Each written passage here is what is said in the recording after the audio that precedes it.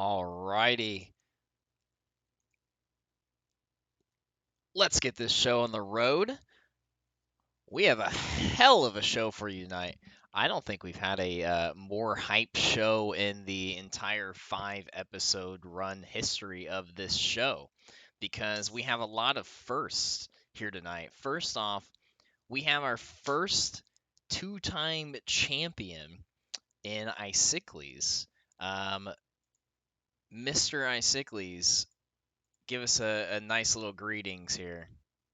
Hey, how's it going? Thanks for inviting me back. I appreciate it. I see that you've invited some pretty illustrious guests that you will introduce here shortly. But I just want to say, as a man of the people, I feel like you're bringing the full weight of the establishment down upon me. And I don't know if it's going to work out for you because the people will speak and they will make their voices heard. We'll see how this goes. So, you make a pretty good point here. When after our last episode, the board took a look at what was happening, and they decided, this can't. How long can this go on, right? He can't keep doing this. So RHat looked at me just dead into my eyes, straight into my soul, if you will, at least one of my soul fragments, and he said, I'm taking it. I'm taking over here. I'm stepping in. I'm not going to let him continue on. So, RHat, this is your chance to speak to Icicles personally and tell him that he is no longer going to be champion. He has the hat right now, but you're the man with the hat. It's time for you to take it back. I have one question for him. One question. How do I pronounce your name? Can you just tell me? Because everyone else says a different thing, and I'm just completely lost. Yeah, I think Mako had it right when he put out the advertisement for the show when he said it was David versus Goliath. Because my name's David. There you go. Okay. We'll add a name to your stable of names, I guess. That is the most interesting spelling of David I've ever seen in my life. Dr. Fish, thank you for the subscription there with the Go Hat cheer. Thanks for subscribing. Up next we have Markshire, who is this is his second time on the show. Markshire, how you doing? Doing good, yeah. Last time it ended up being me and Icicles, David, in the final round. So looking to get my revenge here, for sure. And nice to be on an almost all board show. We were close. Just got to knock off Icicles, and then maybe we'll invite Base to the show on. We'll see. I wonder to myself, and I'm thinking about this just now. I mean, if he wins again and he takes down 3 board members and a rigged system because I'm in charge of the points as well, yeah. does he get an application bump to the top of the pile? I was wondering if this was an interview or a jury trial. Is this his interview right here? It's actually, if you win, you don't have to be on the board, but if you lose, then you're in charge. The stakes just got raised. I think a couple of years ago that probably would have been a reward, but I think nowadays, winning to be on the board might actually be a reward. I think we're a fun group. Okay, so if you win, you get to be on the board. If you lose, you get to be on the board, but you have to be in content. Ooh, actually, you know what? Let's make it a win-win for everybody. If you win tonight, you can take Donde's spot. Donde, how are you doing tonight? Wait, take my spot in the show or on the board or running content? Because yes. On the board. Take it. Note that Around the Saloon is not contractually or legally binding. I see. Well, this is good to know. I signed a contract I clearly did not read. But I'm good. I'm doing well. Excited to be here with Icicles and Markshire and Ridiculous Hat. But not me. So Oh well, of we course. have I a love you. You know that. we have a lot of storylines going on tonight. Actually, if you look at it, RHat coming in here, stepping in, saying, I haven't been on the show. I'm not part of the Saloon squad, but I'm gonna take a step up and I'm gonna stop Icicles before he gets that 3. Markshire losing to Icicles in his first victory in the finals. And then Donde with that Patriot sweatshirt, just looking for ways to cheat himself into the finals and for a victory. Oof. So we have lots of different storylines going on. Speaking of that, Donde, just for wearing that on my screen, we're gonna start you off with a handicap.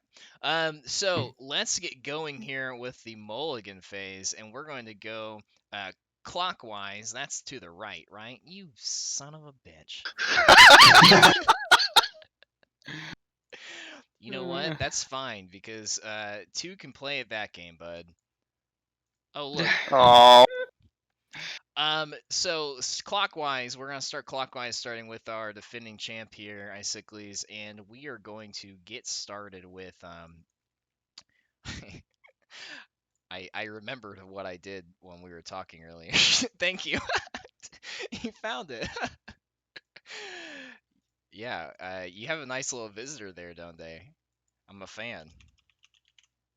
Oh, I see it. That's what I was laughing at earlier when I said I had an idea. I'm glad this was your idea. That could have been there. Could have been other things going on. As soon as I said I have an idea, RHat said this never ends up well. That was my only idea. But we're gonna get started here with the Mulligan phase, and in the Mulligan phase, as a recap for the people watching, and mostly for RHat, because he asked me to do this before. This is where everybody will get a chance to speak. And these are just your general questions. This is the most general round that you will see. There's not really anything special in this round as far as rules goes. When we get to the face or trade round, there's a little bit more of a specialty to that. And then when we get to the third round, being the duel round, you'll see that cuts to just 2 people. But with this first one, the Mulligan phase, I'm going to throw a question on the board. I'm going to call on people.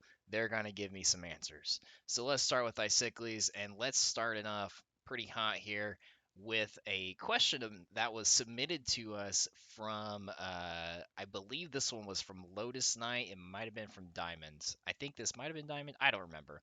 I don't care enough to go back and look, but this is a community submitted question.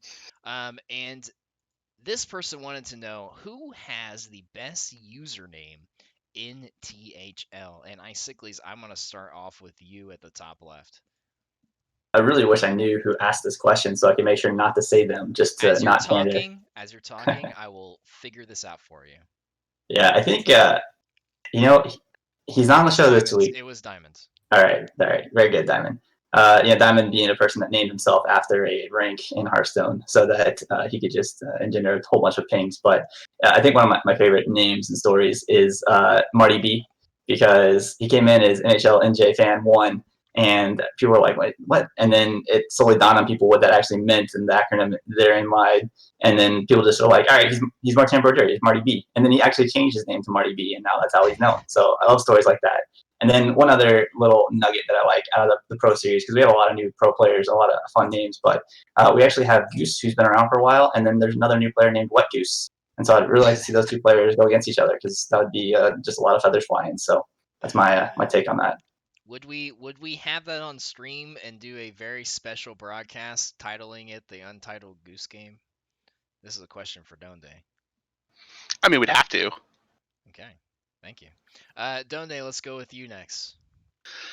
To follow up on the Marty B, as I do love Marty B's name as well, that was actually from the reveal stream when none of us knew who he was, of course, at that time, and I just kind of offhand winged it with Marty B, and that was how that came to be. So, if you like it, I'll take the credit. I appreciate it. Thank you, Icicles. But my personal favorite name is Ron Mexico, just because it's such a great story of how that name even occurred in real life. Like, for those who don't know, Ron Mexico is the alter ego name of Michael Vick, the quarterback from the Falcons.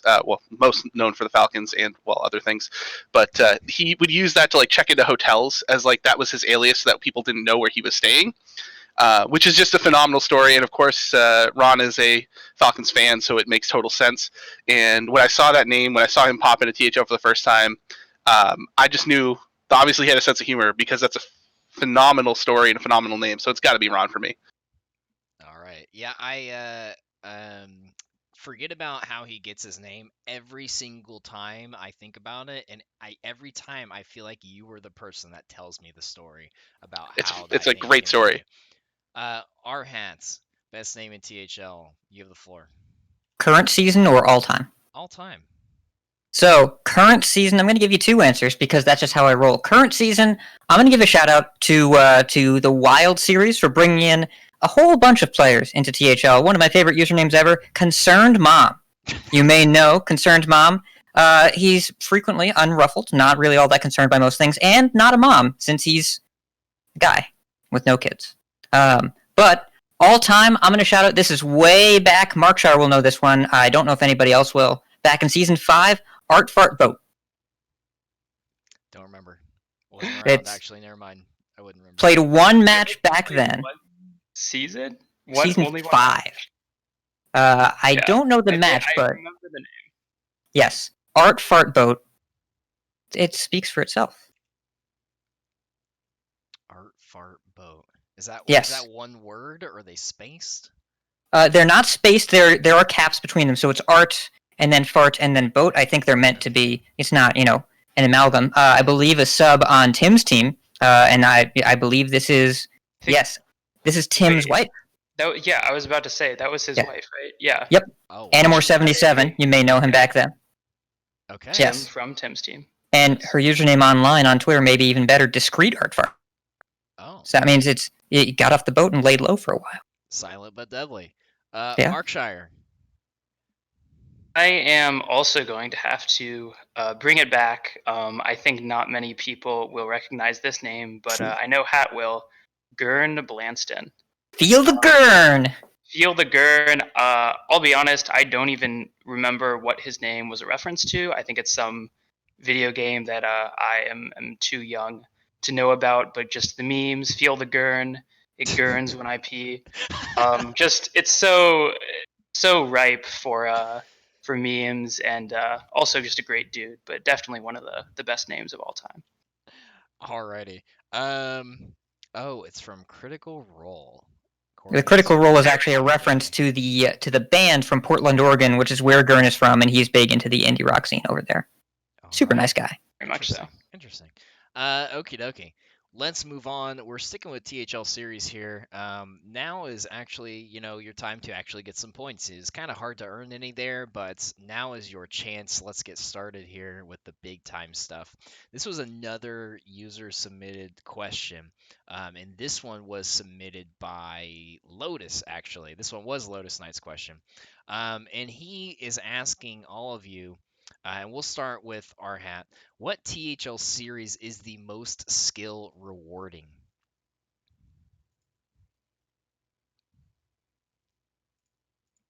Current or all time? I'm confused about what all time would mean. Are you talking Mysterious Challengers, the only old one we had?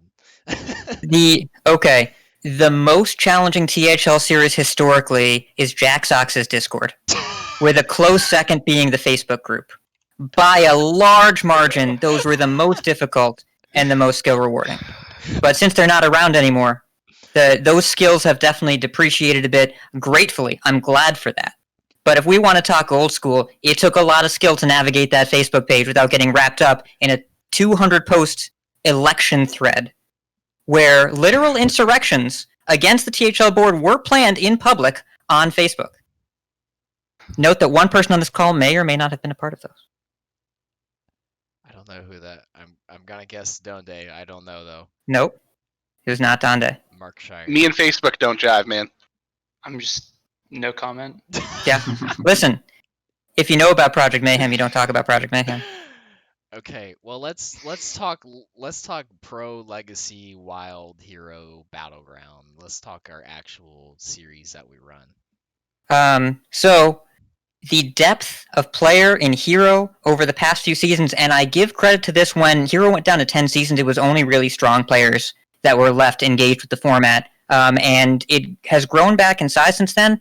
It is a murderer's row of really strong players all the way down to 2, 3, 4 seeds. BG series for me personally is the hardest because I'm worst at that mode, but in terms of constructed series, it's Hero. With that being said, I'm going to say it was Wild Season Alpha since I won, so it must be the most skill intensive. All right. Markshire, what THL series is the most skill rewarding? Yeah, so I think I have to agree with Hat here in that it is Hero. I am also personally biased because I'm not having a great Hero season, but I do think like Nope. the 2 seed, yes, Donde, the 2 seed, the 3 seed in Hero, honestly might be better overall than maybe like the 2 and the 3 in Pro.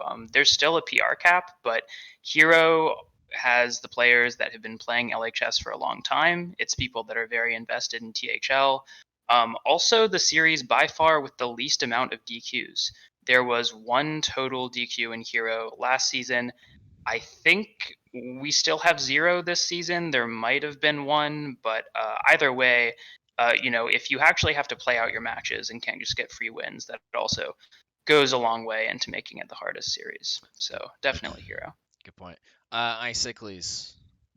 They made great points on here. The one thing I'll add in here before I give my answer is that the way that hero standing works just adds additional element to it. The fact that it's closed list and the hero format just lends itself to an additional kind of element of deck building and strategy than just picking the best decks and playing in Conquest. But that being said, I think the answer is probably Pro, just because of the caliber of competition. I think the fact that there's no PR there means anyone can play. The teams are as stacked as can be, and then as you win, you go up in the seeding. So you're playing against the other best players, the other players that haven't lost either. And so we've seen the cream rise to the crop in Pro season after season, where the MVP out of Pro is just an outstanding player that's beaten other outstanding players. And I think that just in and of itself takes legitimately the most skill that is available in Hearthstone and within THL right now, is because that competition level is just so high, and you know what's coming, and you just have to basically outplay your opponent. There's no cheeky shenanigans with closed lists. You can't get away with some sneaky tech. You just have to make your best reads and play it out. So I think Pro is the answer here. Yeah, we do have full squads, full, amateur teams coming in Pro. Yeah, good point. Donde, finish this off here. I mean, it's hard to disagree with any of the points so far. Definitely agree with the concept of Hero being so stacked, so loaded that every week is such a struggle, and it's such a different format. Like even with Wild, with Pro, with Legacy, they're all Conquest, and there's really no competitive outlet for Last Hero Standing other than what we have right now. I know like DreamHack in the past, but right now there's not a whole heck of a lot of that. So it is kind of a unique format. Though I will say the ultimate answer to me is Pro. And more because not necessarily that the players are back, as Pro is stacked as well, just tons of great players. But I do think it is due to the open lists, and so you could say the same for Wild. But I think like the competition level in Pro is slightly higher than Wild, but also the fact that with those open lists, 100% of the time what your opponent is running, and the skill comes in not necessarily knowing how to play around what your opponent might have. It's knowing exactly what lines you need to take based on the cards that remain in their deck. Hand reading is humongous in Pro. All that type of stuff really comes into effect, and I think you start to see a lot of the same type of analysis that we see from the actual broadcasted Play Hearthstone tournaments, like the Masters tours or the GM weekend tournaments, things like that. It's, to me, the most pure representation of what it is to be a high level Hearthstone player, and I think that's what we were going for with Pro originally. We wanted to mimic the Pro format, and I think we've done such a great job that it really does have that feel to it. Yeah. Sorry, I got very distracted in the last half of your last sentence because with Hat running yes. around. Yeah. I was like, Hey, what turn is the he heat doing? down. I got a radiator looked over over at there. the screen, and I was like, "Where is he going? He just doesn't agree with me. He's out." There's a radiator right That's too over much. there. Anyways, let's get off THL for a moment. We're actually not going to be back on THL until we get to our face or trade round, and let's talk about the mini set that just dropped, the Dark Moon Races. Let's start over with Markshire. You haven't gone first yet. Let's talk about cards. Markshire, I want to hear from you. What card from the Dark Moon races is the biggest sleeper? So I think this might not be my biggest one, but I think that the Shaman card Mist Runner is a lot better than people might be giving it credit for.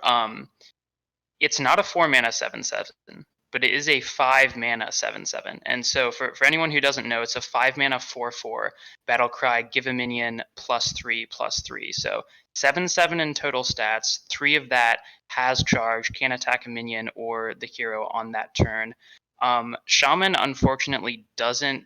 Right now, I'm not sure if it has the cards to support that, but if like aggro shaman or some other board-based shaman can be good, maybe a totem shaman, I think that card could be super powerful, and it's not one that I've seen people talk about at all. Yeah, I actually forgot that card existed until you just talked about it. Um, RHat, let's hear from you here. So sleeper, I think that I'm still going to call this card a sleeper because it took a few days for it to really pick up. Arbor Up is everywhere right now. It's been a huge hit as of the past 24 hours or so, but you look at the number of people that submitted Druid last week in THL, very, very few. I'm going to call that card a sleeper just because it's only just now starting to wake up. Okay, yeah. I feel like we're gonna see a lot more druids next week or this week than we did last week. Donde. I feel like this is the easiest question you're going to ask all night. The answer is Armor Vendor.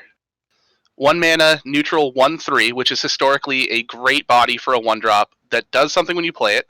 Even though it gives your opponent armor, it's a neutral control tool that can go in almost any class that has a control variant. And I just think that if you're not running it yet in things like Control Warrior, you will be soon. It's a very versatile card, very useful card. I like it a lot. I think that is going to be a pain over the next few metas in Standard. Agreed. I've thrown it in quite a few decks, to be quite honest.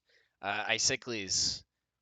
Yeah, I think Donde and RHat gave decent answers, but I think those cards are just good. I don't necessarily know if anyone's sleeping on them.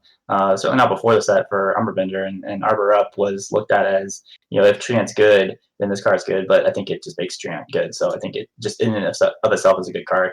Where I'm looking is cards that maybe aren't quite as niche yet, but have a lot of potential. And that's cards that generate other cards like Guidance, Recycling Pouch, and Keymaster Ivory. So they're not quite as powerful right now as some of the other generation that we see, but I think that's probably the direction that Blizzard is going in the long term with their card generation, where it's a little bit more narrow in scope. So Keymaster Ivory, its pool of cards to discover is only dual class cards. I think that also is missing the mini set dual class cards, if I'm not mistaken. So that could make a big change for it coming up here if they get that fixed, if that's how it's designed to be. And then Resizing Pouch, I think, is the one that I look at as being something that, when you have the ability to kind of guide what you're looking for and narrow the pool of cards you're looking for yourself by choosing at what mana you want to play it, I think that gives a lot of potential for things that in the past have been able to rise into the meta, into sort of like niche decks that they can target specific things. Once someone figures out, okay, in this pool, this card is X% likely, and it's good enough to make it worth going for. So I think those types of generations are going to be the cards we see definitely making a splash once the rotation happens. We're down to 4 sets, and even now could be even better than what people are giving them credit for. Yeah, I actually had to look up what those cards were there for a second because I forgot already. We're gonna talk a little bit more about the mini set here in a little bit. But for right now, there's a topic that I've seen pop up on Twitter over the past couple of weeks, and that's the topic of priest. And the fact that you'll see a lot of the high legend players reaching top 20 legend with these control priests, these Highlander priest variants, and then you go and look at statistics on HS Replay and other sites, and priest is at the bottom. So my question for you, and we'll start with Donde. We'll give him his just dues going first here. And that is, why is there such a disparity between priest ladder win rates and top legend ranks? What do you think is causing that low 40% overall win rate for the priest class versus these players consistently hitting top 20 legend with priest archetypes? I mean, it's really this. I love how you give you like the hardest question possible to lead off with and have no no backup from other people. But I think it really comes. I should have worn the sweatshirt. I think it really comes down to, Priest as a class is a lot of random generation, a lot of it's hard to play around as an opponent with all the cards that they can generate, but as the player, it's hard to necessarily play it effectively when you don't know what your next turn or even the next card is going to bring within this same turn. And I think a lot of the really, really, really strong players who play Priest can calculate like odds on the fly of the type of card they're going to get from random generation, and really can plot out turns playing to those outs in advance, which is why you see that disparity. Like you said, you've got some players who are just like, YOLO, this is a random card, I'm playing Rally, let's see what it generates, things like that. Whereas, other players will play into certain situations where they guarantee what they're going to get from Rally, or they're at least, high likelihood of what they're going to get from Rally, things like that. So I think it really comes down to players who can plan ahead even within a turn of randomness versus players who are just kind of just playing what they have. That's the big difference. Okay. Icicles, what are your thoughts? I think this goes back to a question that you asked earlier about which THL series is the most skill rewarding. I think Priest is the most skill rewarding class in Hearthstone. And the reason that you see the disparity between the high legend players and the statistics on like HS replay is, for high legend players, when they're playing Priest, when they're building a Priest deck, they're thinking about the cards that they put in. They're putting them in deliberately. Priest is inherently a control class. And in order for control to work, you have to know what you're controlling against. You have to know, do I need AoE? Do I need card generation? Do I need healing? Like, you have to kind of pick specifically what you want. And high legend players are able to do that with just a better level of skill than most players, because most players are just going to go to HS replay, click copy, go to their deck list, hit paste, and then play it, and then hope for the best. But they're not really thinking about what's in the deck and why it's there, and making tech choices or thinking about what they need to generate. It lends itself to that higher level of thinking, that additional foresight that's necessary for control priests, for control classes, which Priest is at the forefront of. Yeah, Markshire, what are your thoughts here? Yeah, I think that I would generally agree with what Donde and Icicles has said. I think the thing about Priest is it's kind of a class where you either love it or you hate it. Like, there's some people that love playing Priest. That's like the main deck that they play. A lot of people, probably the majority of people who play Hearthstone, in my opinion, don't really enjoy playing it, don't really enjoy the play style, because Priest has kind of had the same play style since it came out at the beginning. The classic set has changed a little bit, but other than that, it kind of has the same, not very reactive play style. Doesn't really try to get the board that much. Very focused on value. And so there's a lot of casual players that enjoy that, I think. But then at the other side, you have a lot of really top players. So in the overall population, you're getting what I think are mostly players who don't care as much about maybe building the best decks, or don't take the game super seriously. They just like playing Priest. But then you've got guys like Zetalot and Xanananan. These are players that play Priest almost exclusively, and they know the ins and outs of the decks really well. And I feel like people who play Priest at high legend, they're really into Priest. They're almost Priest mains, and that's kind of how you see that disparity. RHat, what are your thoughts? Question is the biggest bait in the universe. This is exclusively what I talk about in the Vicious Syndicate Discord. In full disclosure, I'm a member of Vicious Syndicate staff, and I believe in stats. Yeah, so high legend players win more with anything. And it's not like Xanananan is out there playing 10 games with Priest and 10 games with Rogue. He's playing Priest and then winning a lot, but he would win with Rogue and he would win with Enraged Warrior because good players win more. And so you don't have A/B testing here, where you take a player and you give them a different deck in the same situation and see how this would work out. They are statistical outliers by every definition. The whole point of stats is to give you an aggregate idea of how a deck is going to perform. And over a large sample size, players pick up a deck and play with it, and they give you the numbers you see in HSR. If you pick up Priest, you are less likely to win with it than you are with another deck. But players that are already really likely to win because they're better players are going to have a better result. not because of the deck they're playing, but because of who the pilot is. So decks that get high legend finishes, the high legend world, especially top 50, is a very different place because people play against the same people over and over again. You can tech for specific people, not just specific matchups, but people that you are going to see over and over again. But if you gave Xananan Whirl Kick Rogue, and he played the same number of games that he did on Priest, he'd probably do just as fine, if not better. Totally fine, right? So it's saying that Priest is an outlier because you see some people post deck lists, where the stats are very clear over thousands and thousands of games, indicates there's some illusionary skill gap, when in reality, the good players have the skill. I lost to Molestar this past week on stream. He was playing Priest. He also played Cyclone Mage, and he also played Rogue. He beat me with all 3 decks, not because Priest is good because he's good, it's because he's good, so he made the decks work. So, yeah, I don't think this is Priest-specific. I think this is all decks in general. Well, you got lots of fans in chat from your response there. It's Especially people. Stephanie, it seems. People make someone this mistake disagree. all the time. They see performance from someone when the deck isn't doing well, and they assume the stats must be wrong, as opposed to the reason this is doing differently than stats is the pilot. A high-skill player is going to win more, period, and what they're playing is less relevant than their ability to play anything. I don't know what you're talking about. Brian Kibler, Yeah, you play Shaman. Brian Kibler only plays the best decks. That's why he wins so much on his streams. That must be it. Exactly. Did we get Kibbs in chat tonight? No. RHat talked me out of adding him on Twitter because as soon as I said it, I felt like I was getting Mako. jumped down my throat. So I decided not to do Mm. it. We have one Sad. more question in the Mulligan phase, and then we're going to move on to our Facer trade, which is more of our rapid fire round. And the Mulligan phase, last question is going to deal with the upcoming Hall of Fame / Classic set changes that we've heard a very small amount about. There's a lot of theories going around, but there's not a whole lot of certainty about what that's going to look like. So let's start with RHat here. And my question for you, starting out, is what is your prediction for the Hall of Fame / Classic set changes that are coming up?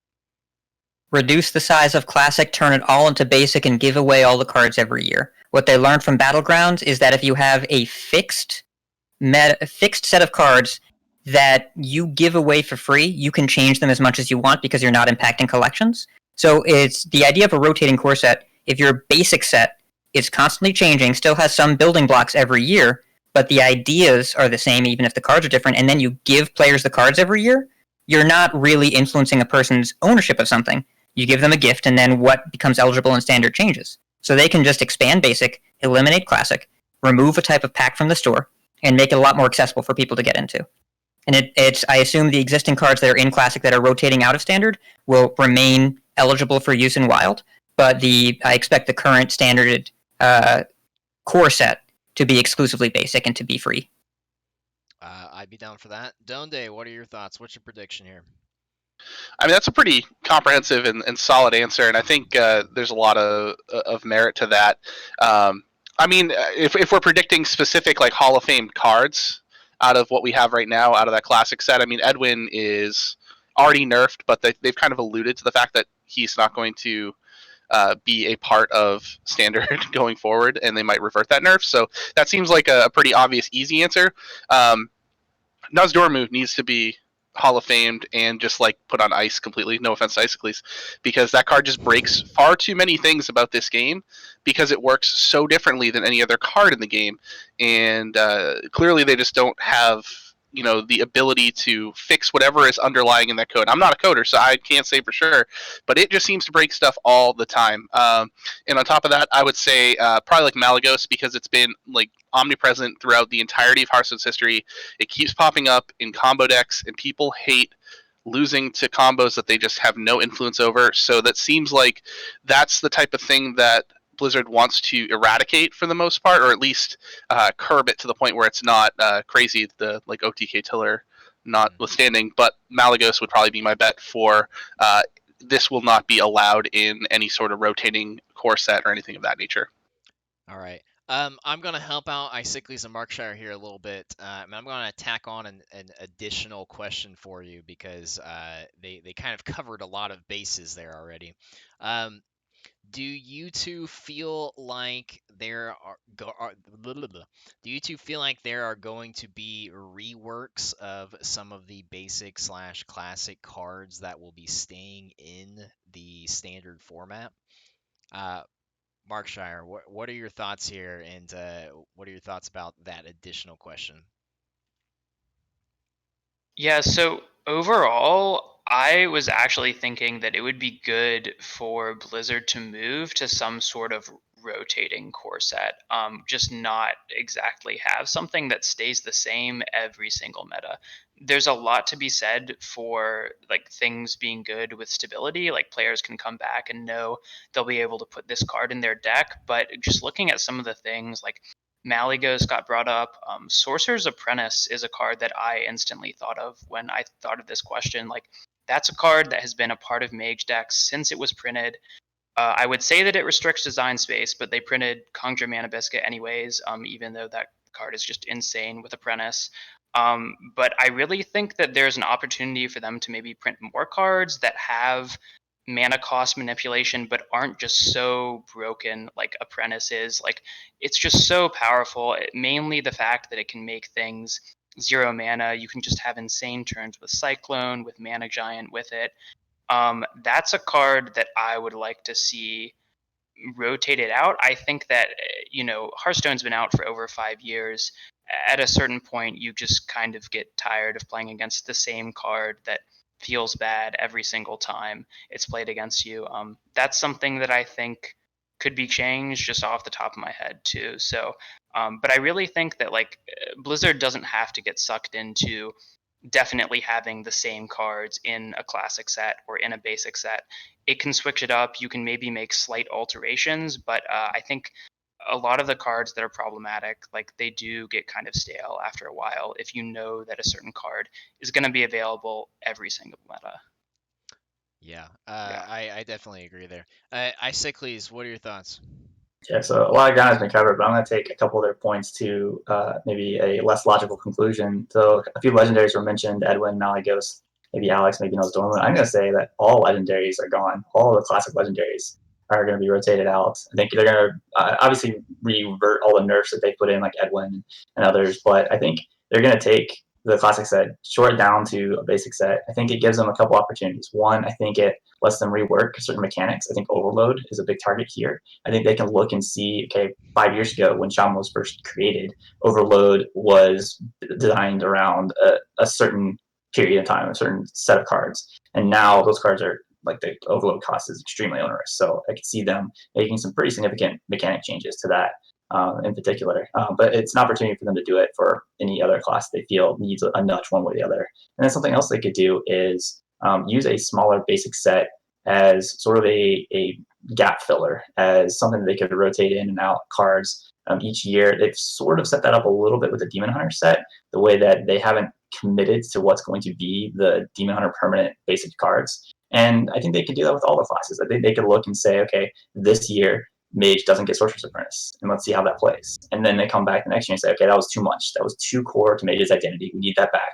And you can look at that for all 10 classes now and look at specific cards, maybe Twin Slice and Demon Hunter. Maybe that's not a card that they want to keep around forever, or maybe it is. Maybe it's something that's just too intrinsic to the class identity. So there's a whole lot of different directions they can go if they give themselves that flexibility, if they sort of build it into the basic set to being something that allows them to fill in the gaps for when classes are struggling, and when they're not able to print specific cards to deal with certain situations. They're able to kind of plaster over certain things by making that basic set part of the rotation, and then it adds just more excitement, more longevity to the game, because you don't know what's going to happen. You don't know what cards are going to change. And like RHat mentioned, is a really good point that those cards are free, so they can kind of do whatever they want with them. So I think it just opens up a whole lot of design space for them to do basically anything they want, to fix old mechanics, to introduce new ones, to get things into the permanent set or take them out, and depending on how they want to leverage different class identities. So I think the world is their oyster with this change. I think they've moved away from the locked classic set, and I think it's a really good change. So I'm excited to see what they do with it. Nice. With that, we are exiting the mulligan phase. We tossed away the cards that we don't want, and we are now going to get the game started. And we're going to enter into our face or trade rounds. As a recap, the face or trade rounds is a more fast. It's meant to be more fast paced, but sometimes people like to just talk, and we're fine with that. But in this round, everyone will have the option of going face or trading. What that essentially means is that they agree or they disagree with a statement that I am making. I am tossing away the questions and I am giving them statements now. Um, Going face means that they agree, and trading means that they disagree with my statement. And we're going to start with our leader at the moment, which is Icicles. Second place, we have Markshire. He will go second.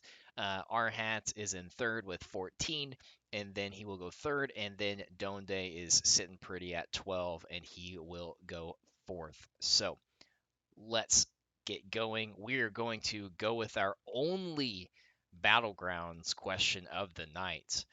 We have one, and it is coming at you. This is from our man, Brushy Tuna. And Brushy is giving us the statement, starting with Icicles. Ticketus will have a larger Battlegrounds impact than Greybow as a new I'm going hero. to trade that, and that's because Greybell is just better at trading. If you look at the HS replay data right now, Greybell has already moved ahead of Ticketus. It's a tier 3 hero, and Ticketus is a tier 4 hero. Now, it's not saying much because that's not heroes that you really want to pick, and maybe it's because they're new and people aren't sure how to use them yet. But you look at Greybell, it at least has some synergy. It at least can go with token strategies. It can do something on the board that makes it unique. Whereas Ticketus, I mean, what do? You just sit there and wait for a prize, and you can't control what prizes you're being given. You can't really build around it. You can't kind of create your own synergies. You just have to hope you get something useful and then use it. And I think the stats are bringing that out. So it's an easy trade for me, giving Greybow over Ticketus. All right, Markshire. So I'm going to have to disagree with that. And so wait, the statement was Ticketus was better. So I'm going to go face. I think Ticketus is definitely better. Icicles, I don't know if you've looked at some of the prizes, but getting things like Argent Braggart, just getting the attack and health of your highest minion. There's one that I think permanently makes all of your minions cost 1 less. You can give a minion like +10/+10, Wind Fury, Divine Shield. Once you get into the late game, the payoffs for these prizes are huge.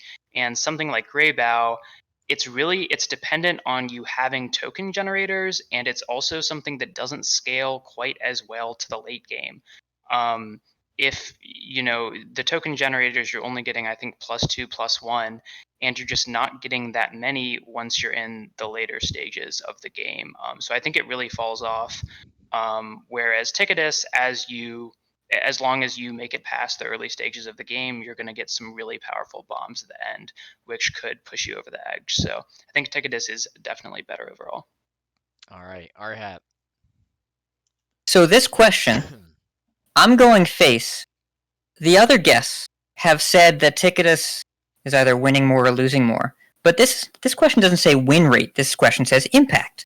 Ticketus, after 19.6 comes out, will be the only way you can get Dark Moon prizes in Battlegrounds. They are using Ticketus to keep Dark Moon prizes as a thing that's a part of Battlegrounds if you pick this hero. As such, I think it will be more impactful, even if it will probably have a lower win rate, because players will pick him in order to get access to the Dark Moon prizes. Because those are going away next month, but Ticketus is staying. So, face. All face all day. Interesting. I did not know that. Yeah, the prizes were only supposed to be run for 2 months. So that was announced in mid-December, going away mid-February, but Ticketus is not going away. You just broke chat's heart, RHat. You did. Steffi is floored. Donde. So as a terrible Battlegrounds player, 3K, what? I gotta say, I'm trading this. I agree with Icicles. Ticketus, it's a fun card, but I don't know how great it really truly is. And yes, I do like RHat's point that it will be a unique effect after a month, which I too did not know. So thank you for informing me there. But Greybout, it just seems like, although it's not a top tier at the moment, like you said, it does have synergies. It does have a game plan. It has something that you can actively control towards as you're playing round to round, making your picks out of the tavern rather than just being like, boy, I hope I get something OP every 4 turns. And I think much like we talked about earlier with pro players who want to have as much control as possible.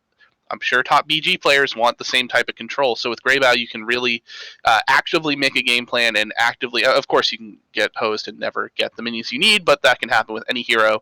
So Greybow, I think, does have at least that upside of strategizing and rerouting your game plan into an alternate successful game plan.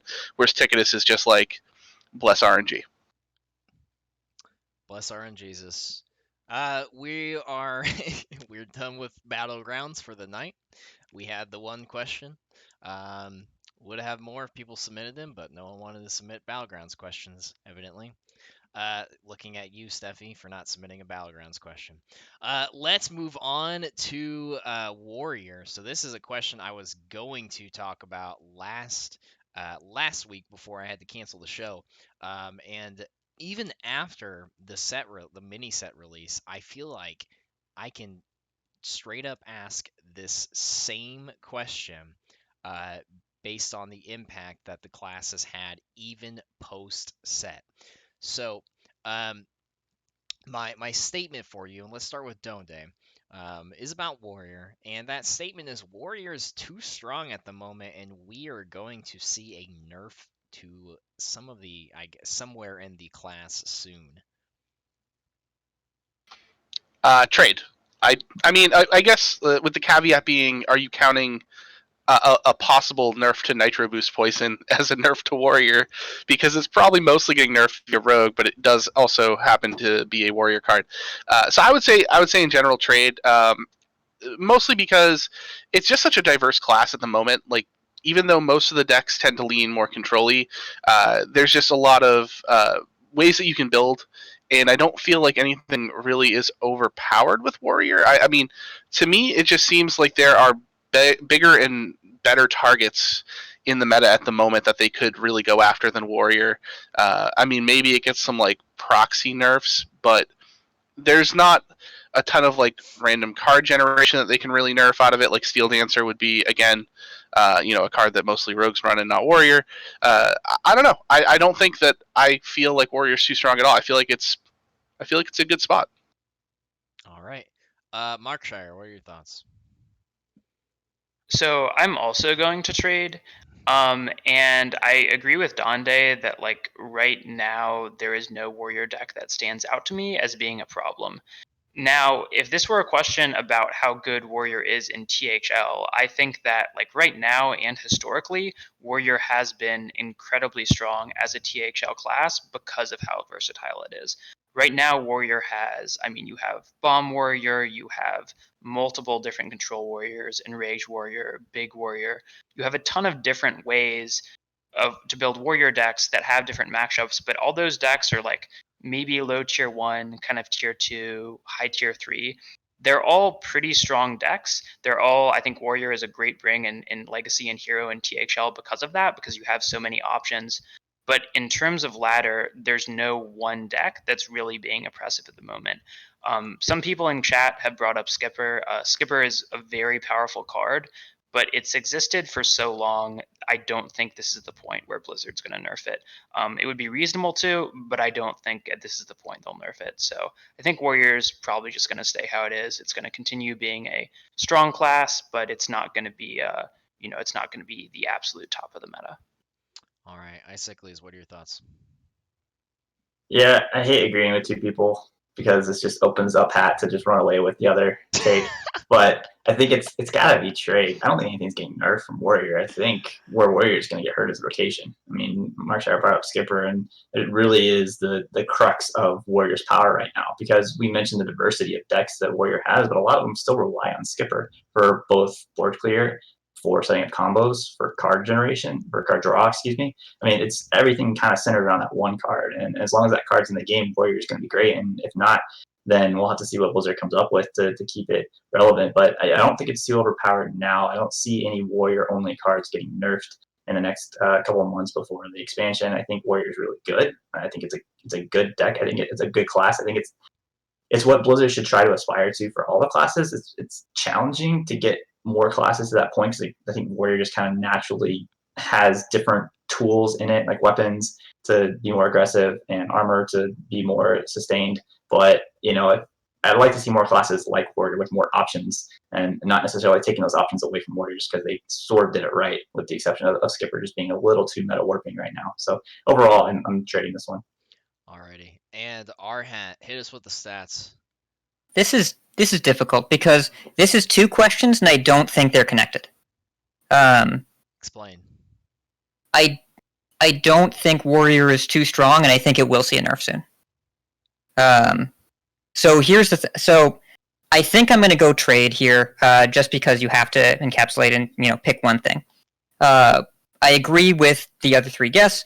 I actually think Warrior is what's holding the meta together, because it does really well in Conquest and LHS, especially closed list, because of its versatility. And they didn't nerf it when they made the Evolved Shaman problem, because if you hit Warrior, a lot of aggressive decks just kind of run away with the format. With that being said, they always nerf to shake things up. They're going to do that. There are 2 more months before rotation. They're not going to leave this format for 2 months. And if they nerf something next month, it can't just be Nitro Boost Poison. They have to nerf a Warrior card to make this format more interesting. There's no way to make this format more interesting without touching something in Warrior. And personally, I'm hoping for Lord Barov, because that card is insane. That card is nuts. It also hits Paladin. And I think that if they're going to make an impactful nerf, they have to nerf Warrior, but I don't think it's too strong. So I don't know if that's a face or a trade. It's kind of like, I feel like I value traded with a couple minions, then went face with a couple at the end. Okay. We call that the trampling rhino. Yeah. You value traded and then evolved. Don't associate me with Evolve. Okay, I value traded, and then I played a Korkron at the end, and I went face for 4. Yes. Okay. We're gonna circle back to the Dark Moon races at the end as our last question for the face or trade round. But before we do that, we're gonna take a short little detour on our racetrack, and we're going to talk about 2 THL series here. First off, we're gonna talk about Pro. The Pro Series Pink Conference is seeing quite a disparity at the moment between the top 14 point standings and the rest of the field. It's different than the Black Series, where the team in 4th is not that far ahead of the team in 5th versus like 8th or 9th. But the Pink Series standings are looking a little different. So my statement for you, and let's start with Markshire here, is that the Pro Series Pink Conference playoff teams are already set. Yeah, so I'm going to trade with that. I was looking at these standings, and it is pretty tempting to just say, okay, the top 4 here, they've done pretty well. There's a pretty big gap. They're going to make it in. I think that attack mode is going to come from behind and make playoffs. I just look at this team. They've got so many strong players here. We've got Smork sitting in the 5 seed, has had an 0-3 record, but he is definitely a better player than that. I think he's done well in the 1 and the 2 seed, possibly in Pro before. And just these other players, Flamekilla, Brian O'Brien, like these are known names. These are, ladder grinders, streamers. I think they're going to continue to do well. And their points per week for attack mode, it's not that bad right now. I don't think it's top 4, but I think overall they might be 5th. They're definitely up there. I really believe that they're going to come back. I think Pink overall is a little bit weaker than Black, and I think attack mode is would be one of the stronger teams in black if they were in it. So I think they can come back and make it. They're probably the only team, though, out of the ones that aren't currently in the top 4 that will make it in. But I feel pretty good about them. Alrighty. Donde, what are your thoughts here on Pink? Well, Markshire did kind of steal my thunder a little bit, as I was going to point out that attack mode is definitely underperforming and should be a team in this discussion for the playoffs. I mean, if I had to make an actual assessment right now, I would say that they would probably kick out F2L, and then that would be our top 4 is Popeyes, Tap, Faction, and attack mode. But I will also say, as is being pointed out, that a lot of these top teams haven't had their bye weeks yet, and teams like Due Process continue to hang around season after season. Very well could end up being like that 5th team, but is very, very tempting to say they could sneak in and be like a 4 seed. But I'm going to go really, really far out in the weeds here, and a team that has underperformed across the board that I think everyone should watch out for with this many weeks to go in Pink is No Pros here.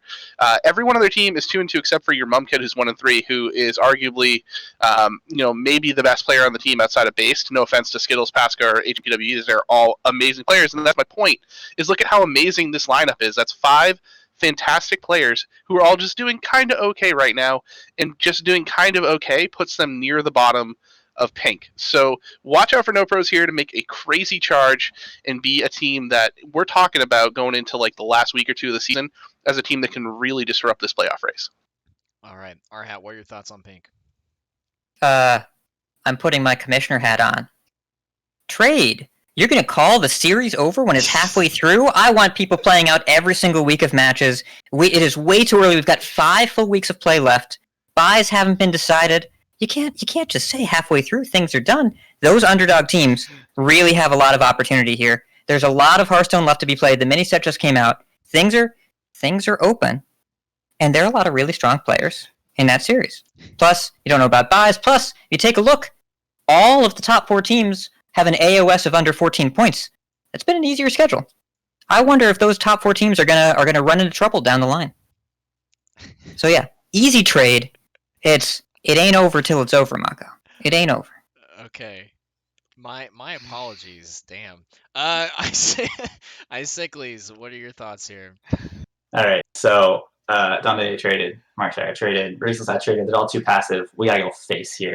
We're taking these top 4 teams right now. We're taking Popeyes spicy chicken sandwiches. We're taking Tap Watchers. We're taking Faction. We're taking F2L because yes, they haven't had a bye. Yes, okay, the disparity in points can be chalked up to that. But if you look at their points per week, they're all ahead of all the teams below them. So they've already banked those points. Yes, they have a bye coming up, but it's going to take that bye week just for the teams below them to catch up if they win.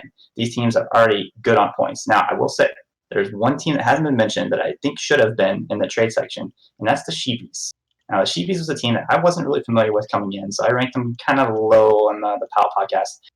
And then their first week, that bye, and then they got crushed by Popeye's Spicy Chicken Sandwiches. But since then, they have gone on a tear. And if a true trader had made this point, they would have won this section, but they didn't, so I'm making it for them. Even though I'm going face, the Sheepies is the one team that could screw me up because they have beaten Tap Watchers, and they have beaten Faction. So they've beaten 2 of the teams above them. So look for them to make a run towards the playoffs and potentially ruin my face here. But until that happens, I'm going face. Alrighty, let's see if they ruin your face. We have another THL question coming at you, this time in Hero. And we're going to talk about a specific matchup. This is not something we typically do. We usually talk about just a team or a series as a whole or a conference as a whole. But I want to talk about a specific matchup that's coming up this week in Hero. And it's from 2 of the top teams in their conference. And those 2 teams are Dad Legend and Vote of Some Confidence. So my statement for you, and we'll start with RHat this time, is that Dad Legend will come out on top over Vote of Some Confidence in Hero this week. Great. This is a stupid thing to say, and you're stupid for saying it. Come on. See, I know that Yellow Dart would want face to represent Dad Legend, because that's who Yellow Dart is. I respect that. But come on, we're first place. We're beating them by 12 points. Their only loss so far was to Vote of Some Confidence. It's, Mako, as a board member, I expected the Vote of Some Confidence from you. That's what I expected. And that's what I expect to see from the other panelists on this on the show tonight. Okay. Let's tone back the aggression with Donde. Oh, you think I'm going to be less aggressive? I am going to be less aggressive because you asked nicely. This is a great matchup. I personally, I think like Lotus versus Heatshock needs to be on stream because that's just an insane matchup. But I think, what was the face aspect of this again? That legend will come out. I want to make sure I'm saying this correctly. Yes. Yeah, be very careful with your words. Oh, okay. Now I'm being attacked from both sides. I'm going to trade it. But yes, I will put a vote of some confidence into vote of some confidence. I think Lotus has the chops to upset in the one. Now I'm getting Icicles mad at me. There's just no win here, is there? There is one win here for vote of some confidence. Okay, there is one win. I'm gonna go with Ron, RHat, Jim as the winners, which gets the close 3-2 win for vote of some confidence. So yes, I will trade the Dad Legend win. A diamond, if you could at least soften Yellow Dart up for our legacy match, though, that would be much appreciated. So you probably doesn't need to be softened up much. He's 1-4 already in legacy. Yes. I'm sorry. I'm still a little taken aback by being attacked earlier. Markshire, what are your thoughts here? Just remember who did that. I remember. Yeah, I just want to point out you have all the power here, Mako. So I know. I mean, keep that in mind. He lost the point when he told me I was stupid for saying that, and then he gained it back for his point that he said. So he got nowhere. I'd make that decision again, by the way. So I am going to trade, although RHat's aggression did make me reconsider that for a second. But I'm looking at this. There are a lot of matchups that could go either way. A lot of really close ones. Overall, I just feel like the 1, 2, 3 from vote of some confidence, any of those players on any given day, I think could beat a 1 seed in any of the series. And I think that 2 out of the 3 of them will get the win. And then I also feel like Jim Philos, I mean, he's got the PR advantage and also just being 4-1 in the 5. I feel like he'll get there. So I got to go with Sage's team. Sage just he knows how to put together strong teams. He just knows how to do it, and he's done it again with vote of some confidence. So got to go with them. Alrighty. Icicles. Yeah, Sage is an icon of a captain. So, despite the fact that I am 100% going face here for reasons I will elucidate here shortly, I'll try to be a little less aggressive in my face. I'm going to go very soft face. Because the first time that these two teams played, it was as close as it could be. Vote of Some Confidence won by 1 point, and actually Dad Legend won more matches than Vote of Some Confidence, but they got us some points, and that's what matters. So coming up this week, looking for a little revenge. We're going to see if we can get these matchups a little better. I'll point out that Heatshock, for right now, the #1 crossover player in THL, has only 1 loss on his resume, and that was to Dad Legend in week 2. So I'll see if Lotus Knight can get that going again. I think my match versus Ron Mexico is just every time that I played him in here, it's gone to game 5. It's been ridiculous. We might get to see it on stream tomorrow. Spoiler. We'll see if that works out, but look for a Tuesday night bar fight as my dog is deciding to enter this conversation. But and then Yellow Dart and Stylax and Sharkbait, my teammates, they're gonna carry us home here. I'm gonna take face. Dad Legend gets the revenge win over Vote of Some Confidence, but both these teams are phenomenal teams. I think they're both well on their way to making the playoffs on the Hero side. And dog agrees. I love it. You're done over there? I have myself confined and locked in here, so no animals enter, but I love the energy. We have one more question for the 4 of you. And this last question deals with the Dark Moon Races meta. Before we get to that question, our current standings are Icicles with 24, Donde getting himself an extra point with 22, and then Markshire and RHat with 21 apiece. But it is still anyone's game Some of them have earned 3 to 4 points at a time tonight from very good solid points. So, um, RHat, as the guest and tied for last place, I'm going to let you choose. Do you want the order to be last place to first place or first place to last place for this last question?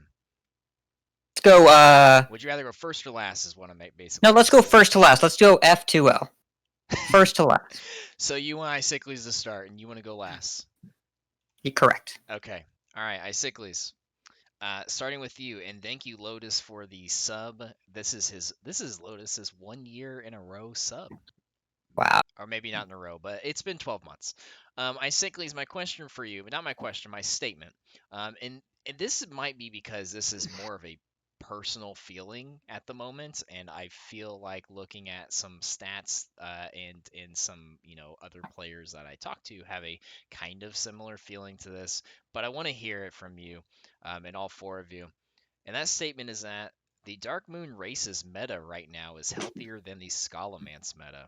Icicles, what are your thoughts? I'm gonna go trade. I think the Scholomance meta when it first came out was just widely heralded as one of the best that we'd seen. I think since Ungaro was the popular take there. That there were so many classes being played, so many different decks, so much variety, and so many different archetypes within those classes. I think Scholomance meta was kind of the pinnacle right now, the last couple of years of where Hearthstone has been. I think the Dark Moon Races is interesting. I think it's done a lot. I think there's still a lot of creativity there. I think it's maybe a little more on the aggro side right now than what players are typically happy with. So we'll see how that shakes out. But I think overall, I think I'd still take the Scholomance meta over the Dark Moon Races meta at this point in time. All right, Donde. So I agree in principle with what Icicles is saying about Scholomance being a little bit more diverse and balanced. That being said, I am going to go face with this because I feel like Dark Moon Races is healthier because it's still kind of similar to what Dark Moon Fair was by itself. Like, I mean, the mini set hasn't really taken over yet in terms of injecting a ton of new decks and new classes in to the top meta. However, it feels like it's not just a random guess like rock paper scissors when you go on ladder right now, where it was with Scholomance, where it was like, man, if I play this one deck and happen to get on a run of really terrible luck against the the exact counter to it, then I'm just screwed, and then I'll switch decks, and all of a sudden here I am, losing to the deck that I just switched off of, and that's never fun to me. It feels like if you pick a good deck in this meta, you can navigate it against most other matchups, even if there is like a drawback to it in that particular matchup. I still feel like you can win with it. And let's not forget that Weapon Rogue is cool and it's back and it's awesome and you should play it because Nitro Boost Poison is going to get nerfed and you should enjoy it while it lasts. Alrighty, Markshire. I just want to say that Weapon Rogue is not the deck that I would have brought up as something that's cool and fun. It's very cool, there's very a fun. discussion on Twitter recently, if anyone also saw that. Some people have different opinions than you. I'll say that. But I am going to go face here. I do think that this meta was better than is turning out, at least, to be better than the Scholomance meta. The Scholomance meta was pretty good, but I think people forget that like 2 of the very top decks there were Guardian Druid and then Cyclone Mage, just a mage that really relied on a lot of random generation. And I think that's kind of on its way back too. While that deck is a lot of fun to play, it feels really bad to lose to. It feels really bad to just lose to randomly generated freezes, randomly generated burst damage. And then with Guardian, just again, it's just a lot of the play patterns are just seeing your opponent do things like go Breath of Dreams into Overgrowth into Guardian, and there just isn't much that you can do. And I think that those 2 decks in particular, just they kind of, I don't know, they kind of compressed. They made it so a lot of decks in the meta that could compete with those weren't viable. My opinion might change if we were a little bit more into the mini set, but after these first couple days, I mean, there is a lot of deck variety. There's I think a lot of classes that are getting better. Druid, I know I said that was a poor play pattern, but I think different Druid decks are now coming out and being solid. So I think there's just more variety now. There's better play patterns. So overall, it's turning out to be better. Maybe I could be wrong once the meta settles, but overall, right now, I'm having a lot of fun playing. I think overall better than I did in more than I did in Skullman's. Alrighty. All right, RHat, this is your chance. This is a really fascinating question. There's a ton of depth to it. I'm going to try and stay brief, but I think you could dig into this statement for like the entire length of the show that we've had so far. So I'm going to try not to do that. The word healthier is also fascinating. We are very early onto the Dark Moon Races meta. It's been, what, a week-ish? Week and a half? The time is hard to comprehend in whatever year this is. About a week. Yeah. So healthier is an interesting thing. The first month of Scholomance is some of the most I've played Hearthstone in recent memory. It was really fun. It was really interesting. There was a lot going on. There was a very high power level. Secret Passage drawing 5 cards was insane. Original or Kael'thas like 1.1, the first version that was casting 2 Survival of the Fittest in a single turn. I wouldn't call that healthy, but it was weirdly balanced by Pure Paladin with Giant Argent Braggarts or whatever, and that was kind of balanced by Cyclone Mage. There was a lot of diversity, and the first month really felt chaotic. There was so much going on. A different new deck was great every day. First day was Druid, second day was Paladin, third day was Mozaki Mage, fourth day Mozaki Mage sucked, fifth day was Turtle Mage. There was a lot going on in terms of development. The end of Scholomance, which was only a 3-month cycle, by the way, that was when they moved the set up. That last month, it felt painful to play because the burnout was so fast with Scholomance, even though there was so much going on and the rate of development early on was huge. I didn't want to play it at the end because I was so burnt out by everything that was going on, by the Libram Paladin Penflinger turns, by Soul Demon Hunter being one of the best decks in the format. Druid had been nerfed, Mage had been nerfed. Not saying that I wanted to play against Cyclone Mage, but each set of nerfs made the format narrower, even though it deleted harmful play patterns. I don't know if I call it healthy, but the first month is one of my favorite set releases of all time. With that being said, Dark Moon Races so far, there's stuff that we're still figuring out. We're figuring out Arbor Up. We're figuring out Envoy Rustwix, which is a super fun card.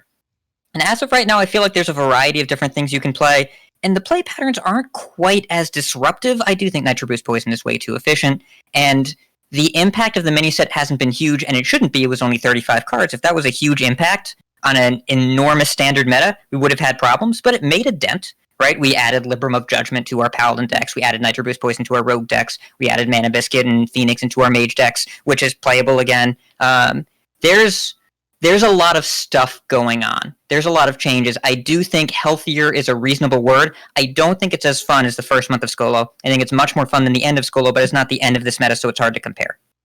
So, question, I am going face. I think healthier is a good way to put it. I love that there were no pre-release streams. That was huge because the excitement of the first few days was enormous. We didn't really know what was going on. And I still feel like when I go into ladder, I'm not sure what I'm going to run into. I don't know if either is like my hallmark for metagame health or metagame balance or joy. But I think that as of right now, I'm more excited to play Hearthstone than I am at the end of Scholomance, and I think that the power level is better, is healthier. So, ultimately, face. Is it possible that them not having the Theory Craft or pre-release streams was kind of like a tester for them going forward into the full expansions? Possible. I don't give them that much credit. I think it was mostly they simply didn't have enough time to do it. They weren't going to do it on Inauguration Day. No way. And I wouldn't be surprised if one of the initial announcements was planned for like January 6th or 7th. And then they said, no, we're not doing that either because of reasons. I think mostly they just couldn't get logistics figured out in time. But it's also they haven't done a mini set before. I don't think they did theory crafting streams for Galakron's Awakening. An adventure versus a mini set is going to be a little different. But I don't think this was intentional. With that being said, I hope they do it more, and they probably won't. And theory crafting streams will probably come back. Alrighty. Donde keep Can asking we questions. ban the get No, filibuster? Steffi, I tried that last time and I lost points when I just kept talking. Markshire asks if we can ban the filibuster. I just want to say, Hat talked for like 5 minutes. So.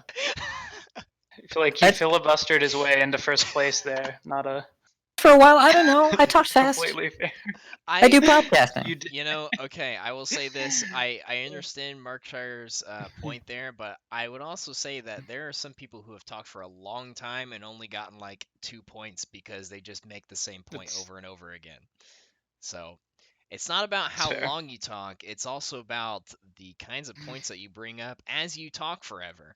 So, with that, we're going to eliminate Donde and Markshire, and RHat is going to step up to the plate to try and take down our 2-time champion and prevent him from being a 3-time champion. Um, when I'm back, I'm not shutting up, Steffi says. So there you go. Um, Was anyone concerned that was a possibility? I I appreciate tried. I Bernie's let her support. go. I let her go. Yes, you're welcome, Donde.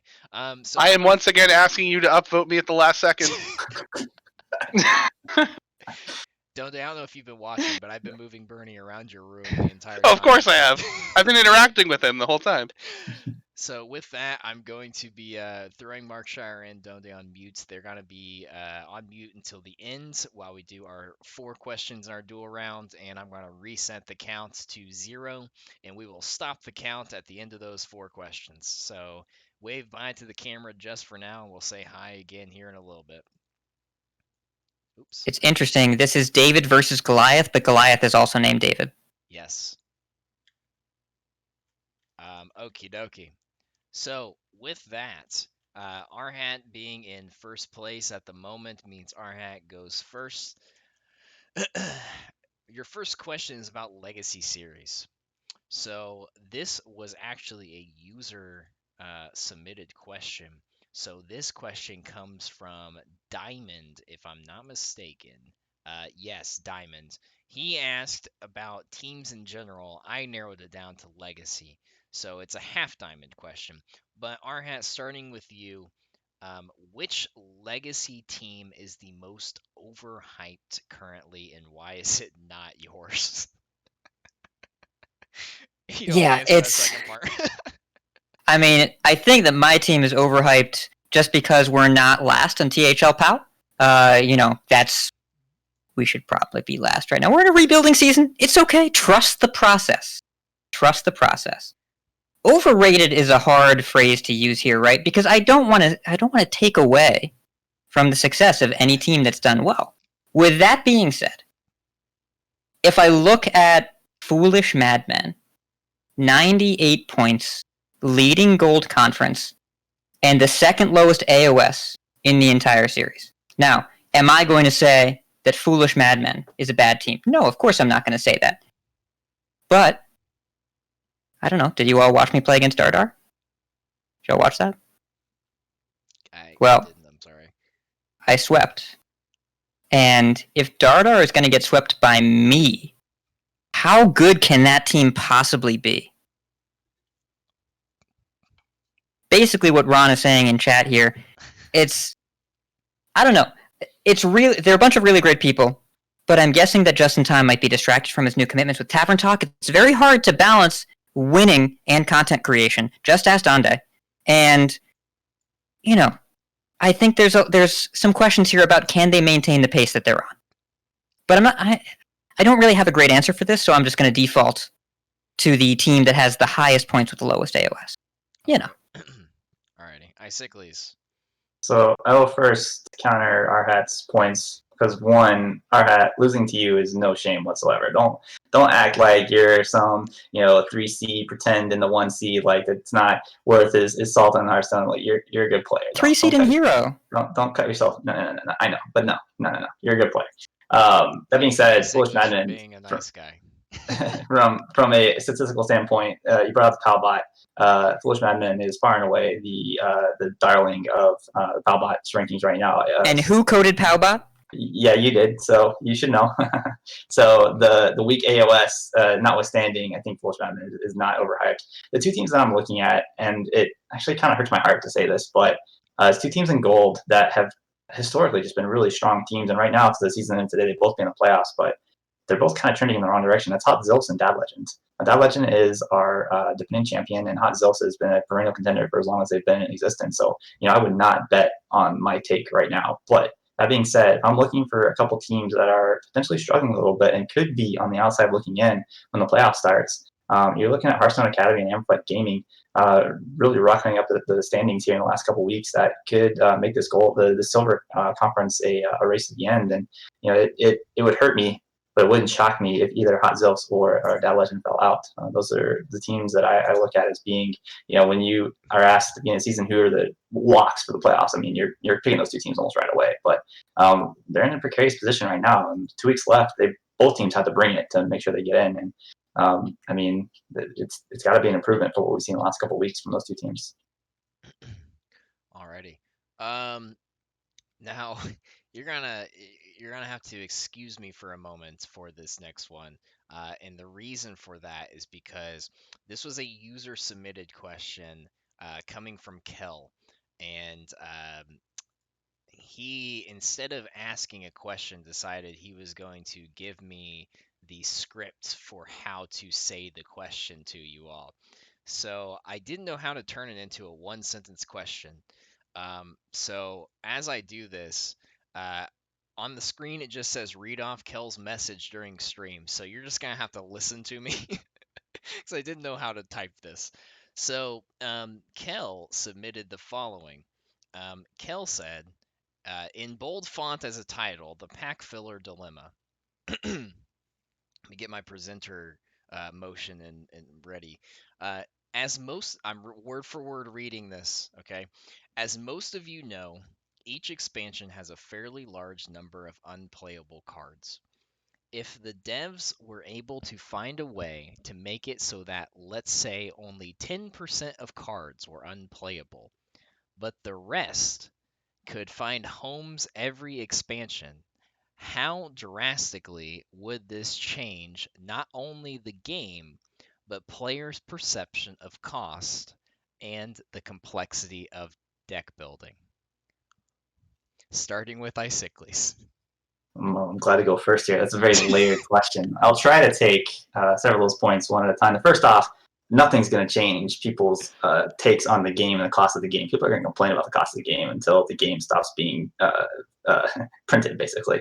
That's just always a thing. It's always going to happen. The complexity of deck building obviously would go up if Blizzard was able to reach that mythical quota of 90% playable cards, but I think they've gotten pretty close over the last few expansions. I think they really have cut down on just a pure flat pack filler. I think we've seen fewer and fewer cards that are just on their surface unplayable. Even things that you look at and are like, why would this ever get played? Like Soul Down Ash Tongue, and then there ends up being a way with Silas to make that card playable. And if you look back in not so recent past, one of the biggest debates about an unplayable card was Purify.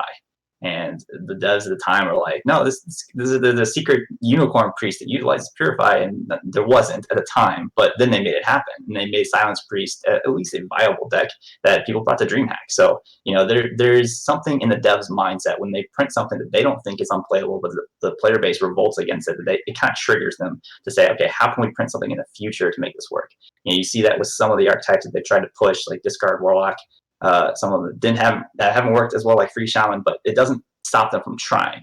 And so I think in their minds, they're not printing anywhere near as many unplayable cards as the player base feels they are. And I think there's also a little bit of bias on the competitive scene, because the decks that pros put together generally are going to be at the very top level. And it's not necessarily inclusive of every playable card. It just so happens that the definition of playable for a competitive player is a lot different than the definition for most players. And so I think when the emphasis is so much on the competitive scene and what cards make a tier 1 deck work, then you kind of lose sight of all these other cards that could be good or could be fun or could be interesting that are played anyway, but just not quite at the highest level. So I think there's a lot of nuance to that question. It's a really interesting question. I think I would give the devs a little more credit than maybe what Kel was thinking when he asked the question.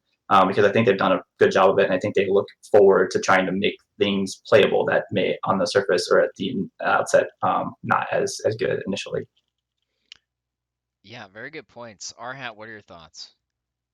I think that Icicles made some good points there, and I think that Kel's question is flawed inherently. There's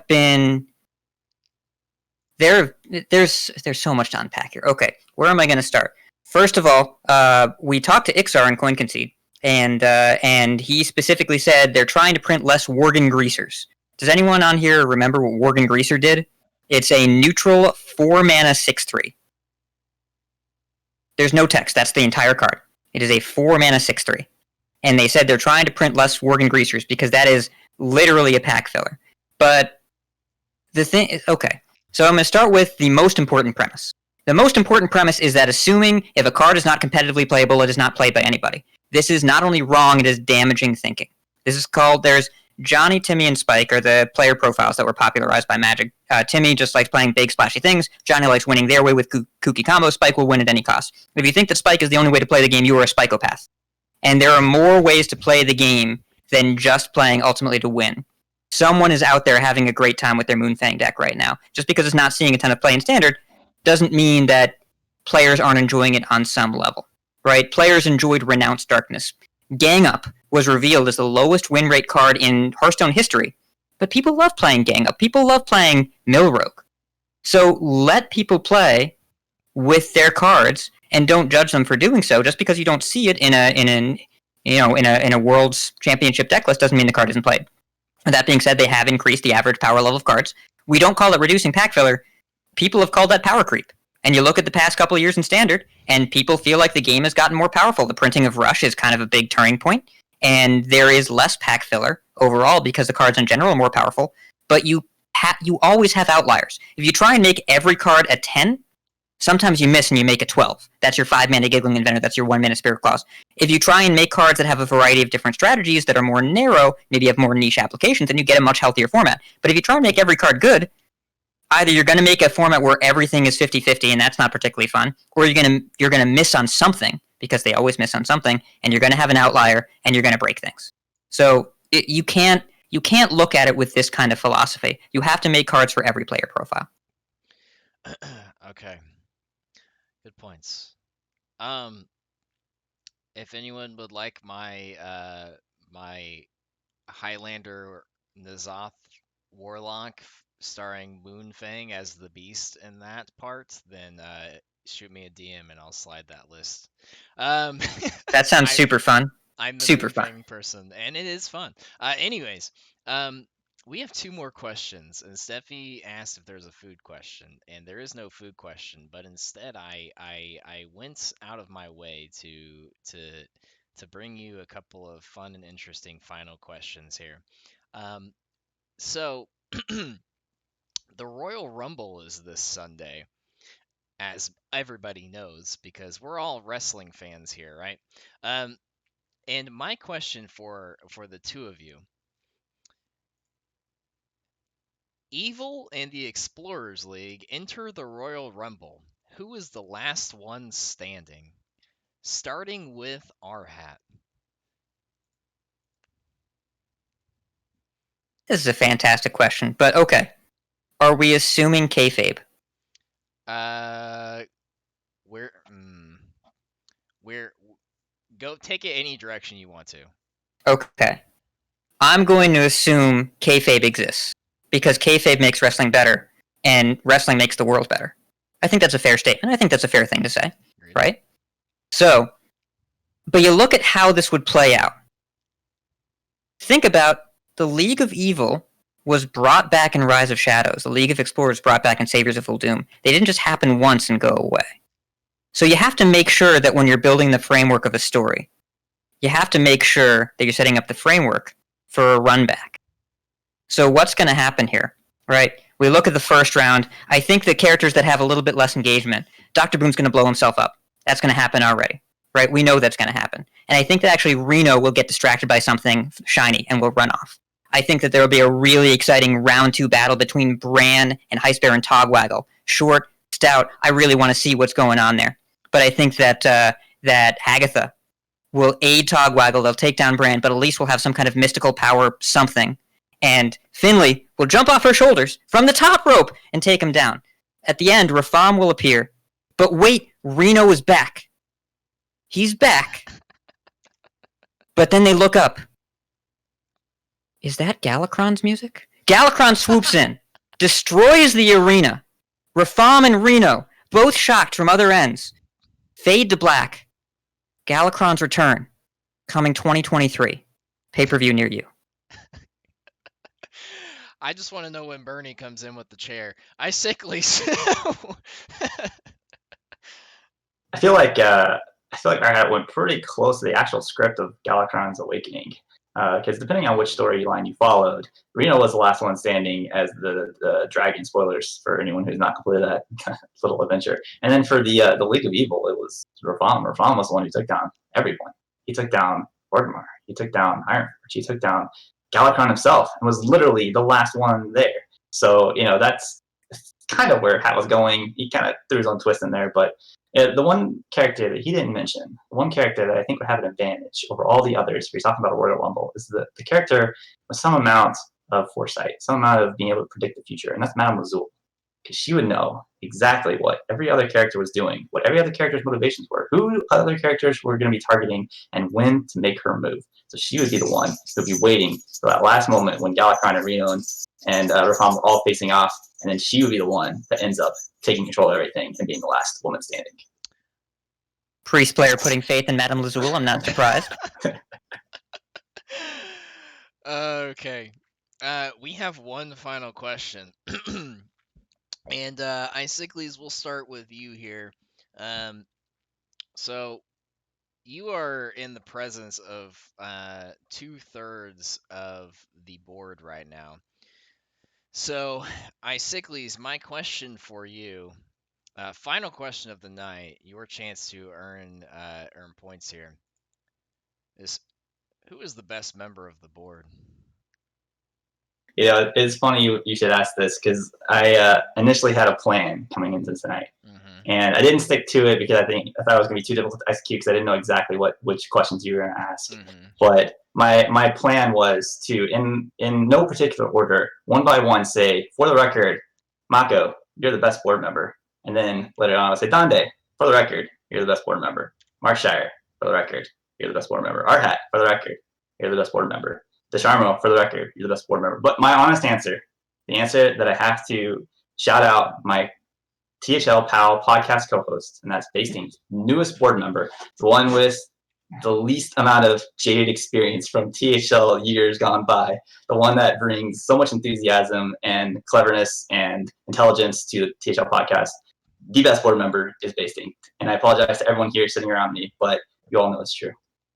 We do stand based in this house. RHat, you are down by 1 point. Clock is ticking. Are you gonna land the shot?